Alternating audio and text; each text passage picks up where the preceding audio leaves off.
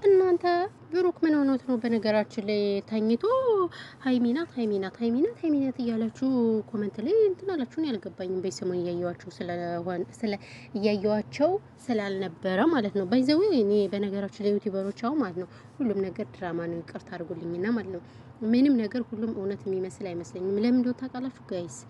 ካሜራ ደቅኖ ታመምኩ ምናምን ገለመሌ አይሰራም። በተለይ አሁን እነዚህ ውብዬና ናሂ የሚሰሩት ነገር አሁን ስልችት ብሎናል። ጉብዝ ግን አንዳንዴ ደግሞ ችግር የለውም ያው ካለችበትም ባይዘወይ ሀገርን ከሀገር ከማጣላት ዘርን ከዘር ከማጣላት የእነሱ ምንም አይደለም። እኔ ይስሩ ባይነኝ ባይዘወይ ደጋፊያቸው ነው። ይስሩ ችግር የለውም። ለምን አንደኛ ነገር ሰው እንደዚህ ነው የሚፈልግ። እግዚአብሔር ነው የምላቸው። አሁን ቲክቶክ ላይ እኔ በጣም የተረዳሁት ነገር አንድ ሰው የሆነ ነገር ወይ ጌም እየተጫወተ መታችሁ ታብታብ አድርጉ ወይንም ጥሩ መዝሙር ምናምን እየዘመረ መታችሁ እንደዚህ አድርጉ ሲባሉ አይመጡም። 44ቱን ስድብ ከሆነ ግን አቤት ግር ብሎ ነው የሚመጡና እኔ ምንም አልላቸውም። ደጋፊያቸው ነኝ። ባይዘው የብሩክም የሀይሚም በጣም ደስ ይለኛል። ሀይሚንም በጣም እወዳታለሁ። ምክንያቱም ከአሁን በፊት የሆነ ግጥም ስለ ስደተኞች የገጠመችው ግጥም ነበር። የሆነ እሱን ግጥም እያለቀስኩ ነበር የሰማሁት፣ እየደገምኩ ነበር ያየሁት። ነገር ግን ግጥም አሁን አቁማለች ሀይሚ ማለት ነው። ያው ፍቅር ውስጥ ስለሆነች ይመስለኝ። አንዳንዴ እኮ ፍቅር በቃ በጣም ከባድ ነው። ሶ ፍቅር ውስጥ ስለሆነች ሀይሚ አሁን ሁሉንም ነገር ጥለዋለች፣ ትተዋለች። በዛ ላይ ቤተሰብ ያከብራሉ። ባይዘዊ ብዙን ጊዜ ከአባቴ አልወጣም አባቴ ያለኝን ነገር ነው መሳማ። ስለዚህ አንተ ካልከኝ አደርገዋለሁ ስለምትል እሱ ነገሯ በጣም ይመቸኛል። ለምን ለቤተሰብ ክብር ያለው ሰው፣ ለሰው ክብር ያለው ሰው እኔ በጣም ነው የምወደው። የአሁን ልጆች እንደምታውቁት እንደዚህ አይሉም። እኔ ከወደድኩት ምን አገባኝ፣ እሷ ከወደደችን ገለመሌ ይሉና ከቤተሰብ አፈንግጠው ይወጣሉ። ከዛ ቤተሰብ ሳይመርቃቸው ምን ሳይላቸው ከዛ ልክ በአመታቸው ወይ በሁለት አመታቸው አንድ ልጅ ሁለት ልጅ ከወለዱ በኋላ አፋቱኝ፣ ያዙኝ፣ ልቀቁኝ ሲሉ እንሰማቸዋለን ማለት ነው። ይሄ ደግሞ ፈጽሞ ስህተት ነው። ሰላም ውድና የተከበራችሁ የቻናሌ ቤተሰቦች እንዴት ናችሁ? ደህና ናችሁ? ሰላማችሁ ይብዛ በያላችሁበት የዓለም ዳርቻ።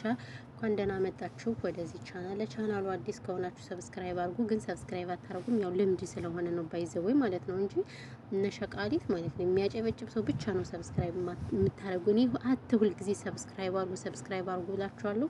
ሰብስክራይብ አታደርጉም፣ ለምን እንደሆነ አላውቅም። ተው ሰብስክራይብ አድርጉ። ሰብስክራይብ ታደርጉ እኮ ኢትዮጵያ ሲሄድ እኔ በአዲስ ነገር ነው የምመጣላችሁ። ማለት እናንተን ፈን የሚያደርግ በተለይ ስደተኞችን በቃ ባማከለ ርዕስ ነበር መመጣ። ግን አሁን ቻናሌ ቫናር ካልወጣሽ ውሽ ሰው ያኔ ኢትዮጵያ ሄጅ ሰራው አልሰራው ማፊ ፋይዳ። ስለዚህ እኛን ለምንድነው ማታበረታቱ?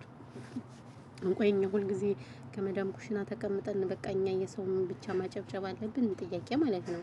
የሰው ብቻ ማጨብጨብ አለብን ወይ? እናንተ እንደዚህ ነው የምትፈልጉት አይደል? እንጂ ሌላ ነገር ምንም አትፈልጉም ብትሞቱ ማለት ነው። ይሄ ደግሞ ፈጽሞ ስህተት ነው ብዬ ነው የማስበው ማለት ነውና በረታቱን።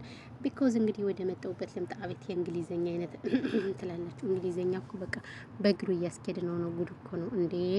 ማን ከማን ያንሳል? ባንጽፍ እንኳን እንናገር ጎበዝ። እኔ እኮ ባንጽፍ እንግሊዘኛ ማውራት እችላለሁ፣ መስማትም እችላለሁ። በእንግሊዘኛ እንዳትሳደቡ፣ በጽሁፍ ብቻ ነው የማልችለው። እና ወደ ገደለው ልግባ። አሁን ወሬ ያላንዛዛባችሁ ማለት ነው። ምን ሆኖ ነው ብሩክ ባይዘው ምን ሆኖ ነው አልገባኝም። ሀይሚ እንደዚህ አድርጋ ሀይሚን አጥፋቱ ሀይሚ እያላችሁ ኮመንት ላይ እየኮመታችሁ እኮ አይቼ ነው እኔ ባይዘው ቢሆን አላዳመጥኩትም ስራ ላይ ስለነበርኩኝ ማለት ነው። ስራ ላይ ነበርኩኝ። ግን የሆነ የእንትን ኢሞጂ ለቅሶ ምናምን ሳይ ብሩክ ተኝቶ ሳይ ምን ሆኖት ነው ምናምን ብዬ ቀንጨብጭብ አድርጌ ነው የሰማሁት። ትንሽ ሰምቻለሁ ግን ሁሉንም አልሰማሁትም። እንደምታውቁት ዛሬ ስራ ላይ ነኝ። ስራ ላይ ስለሆንኩ ለዛ ነው። ስለዚህ ምንድነው ችግራቸውን ያልገባኝም፣ አስረዱኝ። እንዴ እንድታስረዱኝ እፈልጋለሁ።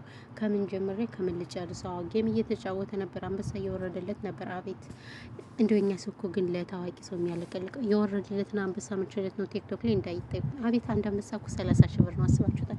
ሁለት አንበሳ 60 ሺህ ብር፣ አራት አንበሳ የወረደላችሁ ሰው ቢኖር እኮ 120 ሺህ ብር። አስባችሁታል?